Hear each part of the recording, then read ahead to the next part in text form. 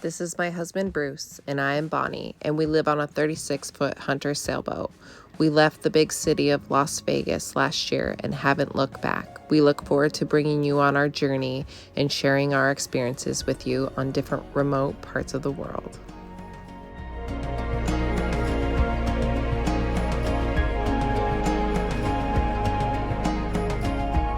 So boat life is not for the lazy. We are just carrying in some groceries.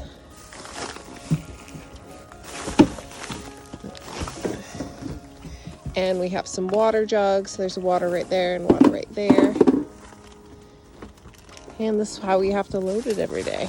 Well, not every day, but every day we go grocery shopping. Hi, you guys. So this is our first video for our YouTube channel. And we are going to be going over a few things that have happened over the last 6 months. We live on a Hunter 36, and going from land life to sea life has definitely had its challenges.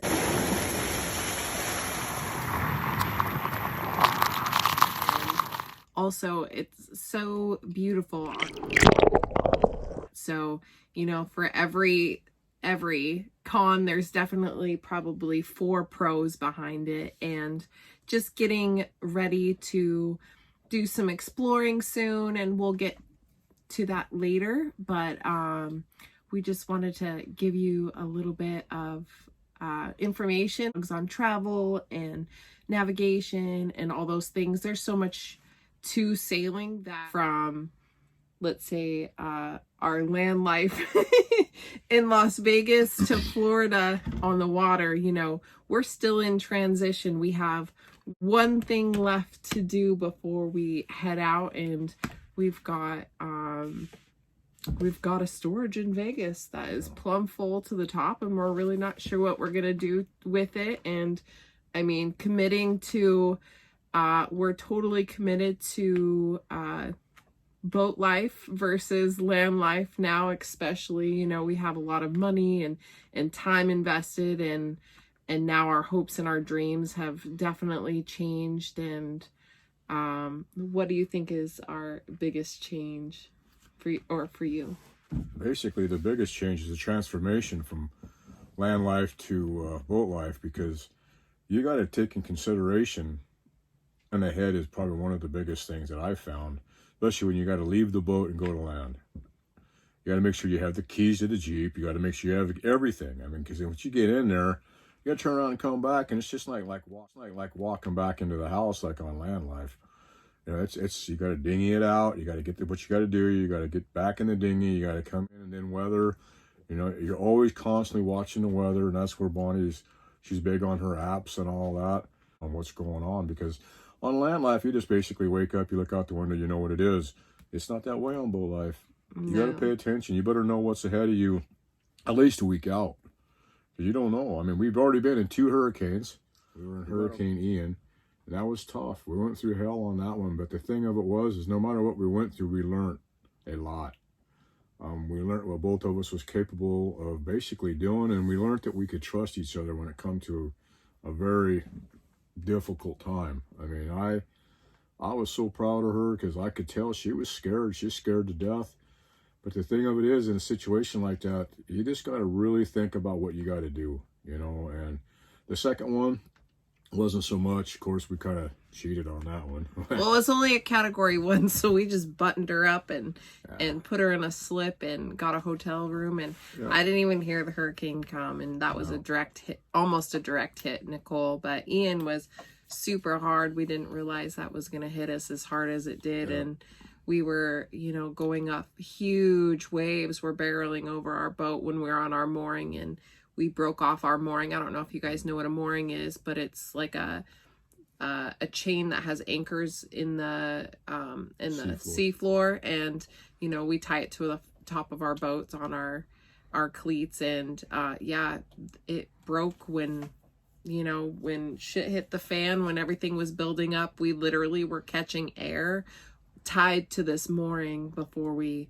broke off. And then you know, we had to anchor out, and we're gonna slip into other boats, and we had to cut our anchor off and motor into the wind at 65 knot, or, you know, almost 70-mile-an-hour winds, and pray for pray to the sea gods. It was a great adventure. I mean, honestly, I'm glad it happened, because both of us gained a lot from it.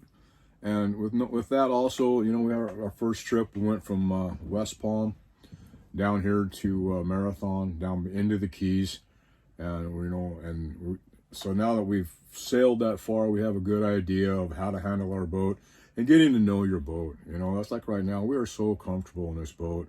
I've been through this boat from tip to tail, and I know this boat. Bonnie and I have done all of our own solar, not knowing anything about it, you know. But we had a family of friends that just helped us along the way, and I just love them all. I mean, those guys, we were so blessed to be in that group of people when we got our boat, and you know, we still stay in touch with them, and it's just a family that you'll have. The Boat Life family is a tight family, and that's something that we've learned. That's you know, it's just a whole different world, and I like it a lot more. I honestly, especially with his job being so transient in the mining and construction, has moved us from city to city a lot. I've never known my neighbors, not one time. I don't think I've known any neighbors. I maybe have seen their face or whatever going by, but I never knew them. Yeah. In the boat world, where we have like mooring fields and things like that, you know, the community really works together, because it is hard, right? Like he was talking about the weather, like this weekend we were getting 40 knots, you know, between 30 and 40 knot or mile-an-hour winds, and you know, some people ended up breaking their ropes, broke off that was attached to their mooring because it might have been older or whatever, and they ended up on shore. And you know, that's when you break your keels and your you know, the bottom of your boat, and you know, that's when water gets in it and it sinks, and it's just a dangerous place to be on shore. Boats are meant to be in the water, and you realize like this little bit of fiberglass, like I don't remember how thick it is on our boat, but is what keeps us literally still here. So that's kind of, you know, kind of a freaky thought. So you don't want to get impaled or on a rock or something like that. And you know, boats are not cheap. So back to the maintenance part of the boats, you know, and keeping your boat up in the maintenance is number one, because you just never know when you got to freaking pull anchor and go, and hoping that your boat is in the best shape that it can possibly be. Motor. So when we first got this boat, I was working 18-hour days and not even knowing the boat life. I mean, just crashing and burning through every step, reading and talking and trying to figure things out, and not knowing our solar was not what we needed. We needed more solar. We needed this. The boat was dead. We had no way of charging.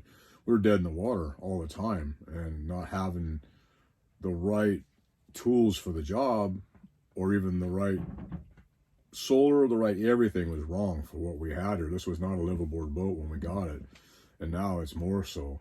And but just learning everything that it took, it almost drove me crazy. I mean, I was ready to abandon ship within 6 weeks of this. I was like, I'm over this crap. I'm not living like this. This is not for me. But now I wouldn't have it any other way. You know, it's like I've taken the time. I've learned. I've studied. I've sweat, bled, and cried for this thing. I mean, I have, because it's like when I had to leave this, the thoughts when Ian came along, we were going to have to leave this boat out in that storm. I just told Bonnie, there's no way. There's no way I'm going to leave that boat out there. That's kind of like walking away from a loved one in the hospital, knowing that you may not see her again or see them again. It did feel pretty detrimental. I don't know. We had this weird gut feeling, and you know, boats are not cheap. Like, you know, a good, like ours is around 100,000, and it goes up to, you know, 500,000. No, crazy. Yeah, it's everything. A million like probably. Expensive, but you know, as far as the maintenance, the upkeep, knowing what you're doing, you know, it's all learning procedure. Like right now, we're getting ready to, talking in March and April, June, somewhere in there. We're talking about pulling out, going to the Bahamas for 2 or 3 months, and then sailing on down into the Caribbean islands. You know, and it's just planning ahead and knowing that you got everything in order, knowing your boat. We got to get it out here. We got to get some more sailing time in. We've been pretty fortunate. We've been in really good weather as far as sailing.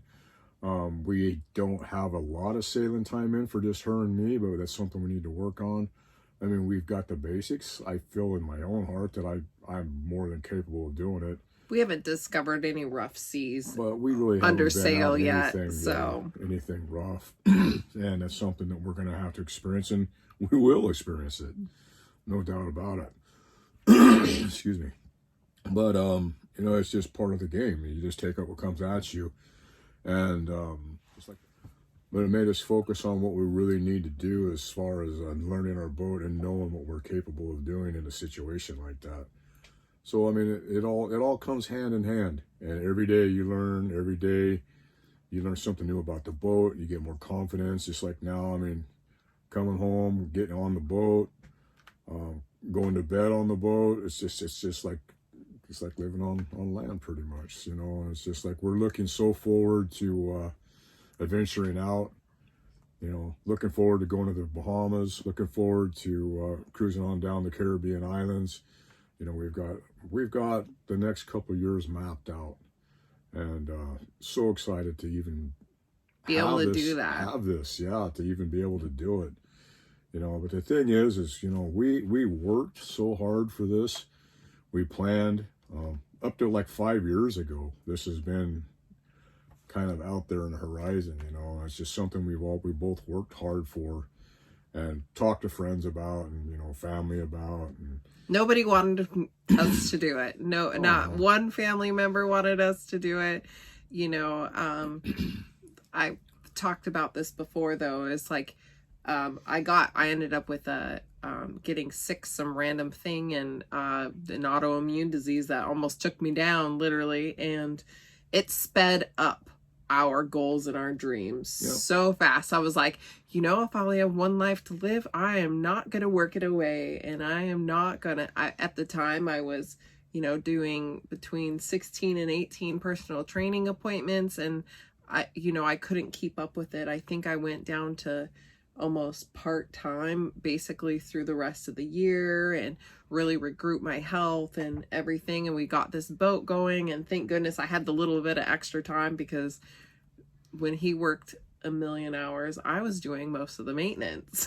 You know, I was teaching him things because I'm checking and inspecting things, and there's tons of crooks and crevices to this boat that, you know, it's a lot different than anything I've ever experienced. You know, it's actually really exciting to learn how everything works. And, you know, it's a little bit freaky to know that, you know, there's holes all over the boat, all over the bottom, that we could sink at any time. And I'm a little paranoid about everything. Well, you got to think about it this way. I mean, everything we own is tied to a rope. You know, that's basically what it is. But you know, on the pros of it is, I mean, you're sitting here. We have dolphins all over, swimming around the boat. We have manatees swimming up around the boat. We have fish jumping. You know, the wildlife, the sunsets, the sunrises. I mean, there's just so much that you just. We never miss a sunrise or a sunset, hardly ever. Like, we go to bed a lot earlier, I think, than when we're on land. Oh yeah, for sure. And we definitely are enjoying every minute of it so far. Just kidding. Yeah. I enjoy it more every single day, and I'm more appreciative of it every single day. And I can see our goals and things that we want to do, and it's really exciting to research and look at all the places we want to go, and realize that, you know, I can work anywhere in the world, and that's pretty awesome. Both of us at this point. Yeah. Which is really exciting.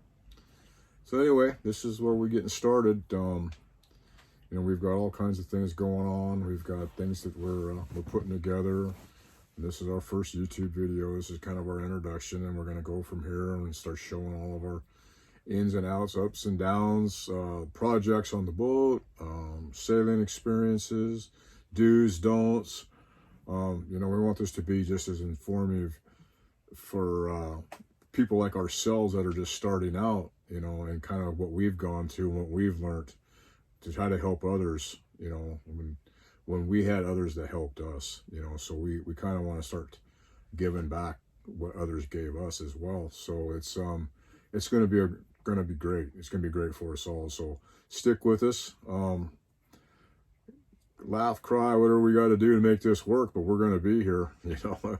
It's going to be a good time. So looking forward to having you all with us.